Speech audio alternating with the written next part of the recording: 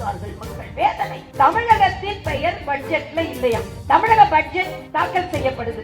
திருநெல்வேலிக்கு இது, தூத்துக்குடிக்கு இது, மதுரைக்கு இது, ராமநாதபுரத்துக்கு இதுன்னு என்னைக்கான தமிழ்நாடு பட்ஜெட் தாக்கல் செய்திருக்கிறாங்களா? தமிழ்நாடு பெயரில் இல்லை, எங்கள் உயிரில் இருக்கிறது, உதிரத்தில் இருக்கிறது. மரியாதைக்குரிய அண்ணன் ஸ்டாலின் உச்சரித்ததை விட அதிகமாக திருக்குறளை எங்கள் தலைவர் மரியாதைக்குரிய மோடி அவர்கள், திருக்குறளுக்கு சொந்தக்காரர் நாம் இல்லை, மோடி அவர்கள் தான். அதனால சொல்லாததுனால நான் கவலைப்படுறேன் நீங்க சொல்றீங்க. அப்ப எந்த அளவிற்கு தமிழகத்தின் பெயர் பட்ஜெட்ல இல்லையா? தமிழக பட்ஜெட் தாக்கல் செய்யப்படுது. திருநெல்வேலிக்கு இது, தூத்துக்குடிக்கு இது, மதுரைக்கு இது, ராமநாதபுரத்துக்கு இதுன்னு என்னைக்கான தமிழ்நாடு பட்ஜெட் தாக்கல் செய்திருக்கிறாங்களா? இல்ல. அப்ப அவங்க தமிழ்நாடு பட்ஜெட் தாக்கல் செஞ்சு இந்த மாவட்டத்தோட பெயர்லாம் இல்லைன்னு சொல்ல முடியுமா? சொல்ல முடியாது. அது மட்டுமல்ல, மரியாதைக்குரிய நிர்மலா சீதாராமன் சொல்லி இருக்கிறார்கள், 2004 2005 பட்ஜெட் தாக்கல் செய்யப்படும் பொழுது 17 மாநிலங்களின் பெயர்கள் அங்கே இடம்பெறவில்லை. அப்படி என்றால் 17 மாநிலங்களின் உதவிக்கு எந்த திட்டமும் கொடுக்கப்படவில்லையா என்று ஒரு கேள்வியை கேட்கிறார்கள். இன்னும் சொல்ல போனால், இன்று நிதி பகிர்வில் அதிகமாக பயனடைய போவது தமிழ்நாடுதான் என்பதை என்னால் தெளிவாக சொல்ல இயலும்.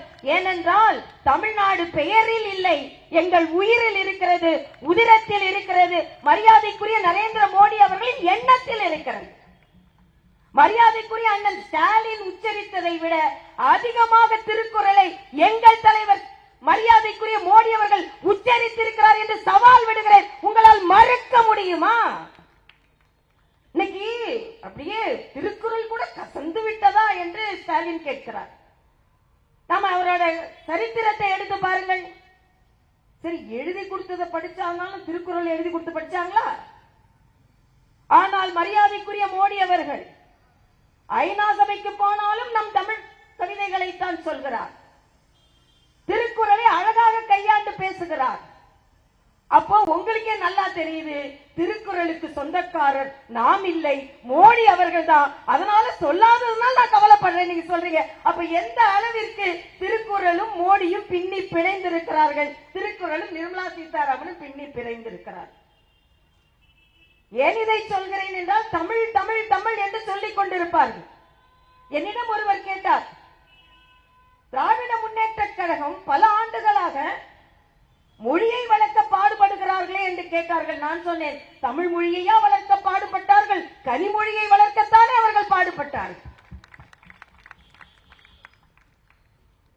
யார் வளர்த்தாங்க? நீங்க பாத்தீங்கன்னா குடும்பம் ஒரே குடும்பம். அதனாலதான் தம்பி கார்த்திக் சிதம்பரம் எனக்கு என்ன சொல்றாருன்னா, ஒரு பேட்டியில சொல்லியிருக்காரு, வாரிசு அரசியல் இல்லாத இரண்டே கட்சிகள், ஒன்று பாஜக, ஒன்று கம்யூனிஸ்ட்.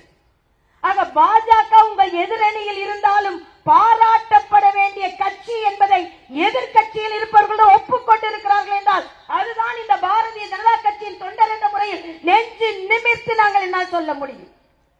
ஒரு சாதாரண தொண்டனாக நான் எந்த பின்புலமும் இல்லாமல் உயர்ந்து ஒரு கட்சியின் மாநில தலைவராக ஆக முடியும் என்றால் அது பாரதிய ஜனதா கட்சியில் மட்டும்தான் முடியும். திராவிட முன்னேற்ற கழகத்தில் முடியுமா கேட்கிற, திராவிட முன்னேற்ற கழகத்தை சார்ந்த தொண்டர்கள் யாராவது இந்த பக்கத்தில் இருந்தால் கேட்கிறேன்.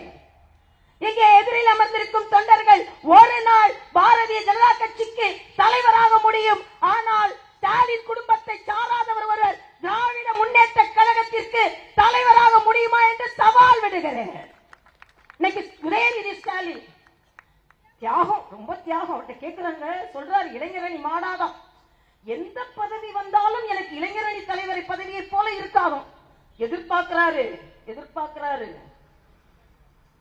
நாங்க சொல்றோம், இன்னைக்கு சமூக நீதியை பற்றி பேசிக் கொண்டிருக்கிறீர்கள் ஸ்டாலின், சமூக நீதியை பேசிக் கொண்டிருக்கிறீர்கள் ராகுல். ஒரு அல்வா கின்றதுக்கு நீங்க சொல்றீங்க, எங்கே பிற்படுத்தப்பட்டவர்கள், எங்கே பட்டியலின மக்கள்?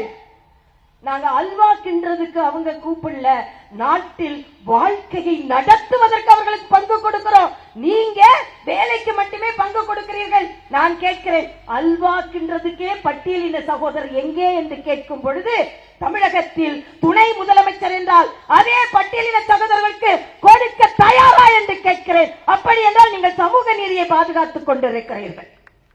வேங்கை வயல் நலமாக தண்ணீர் குடித்த ஊரில் மலமாக தண்ணீர் குடித்தார்கள் மக்கள். வேதனை வேறு எந்த நாட்டிலும் நடக்காத வேதனை, எந்த மாநிலத்திலும் நடக்காத வேதனை. அந்த பட்டியலின மக்கள் அதிகமாக வாழுகின்ற இடத்தில் தண்ணீரில் மலத்தை கடந்து பட்டியலின மக்கள் இதைத்தான் குடிக்க வேண்டும் என்று தமிழகத்தில் ஒரு ஊரில் செய்திருக்கிறார்கள் என்றால் அவர்கள் யார் செய்தார்கள் என்று இன்று வரை கண்டுபிடிக்கப்படவில்லை. உயிர் பலி வாங்கியவர்கள் தான் கண்டுபிடிக்க முடியவில்லை என்றால் தண்ணீரில் மலம் கலந்தவர்களை கூட உங்களால் கண்டுபிடிக்க முடியவில்லை. பின்பு என்ன சட்டம் ஒழுங்கு, என்ன ஆட்சி நடத்தி கொண்டிருக்கிறீர்கள்?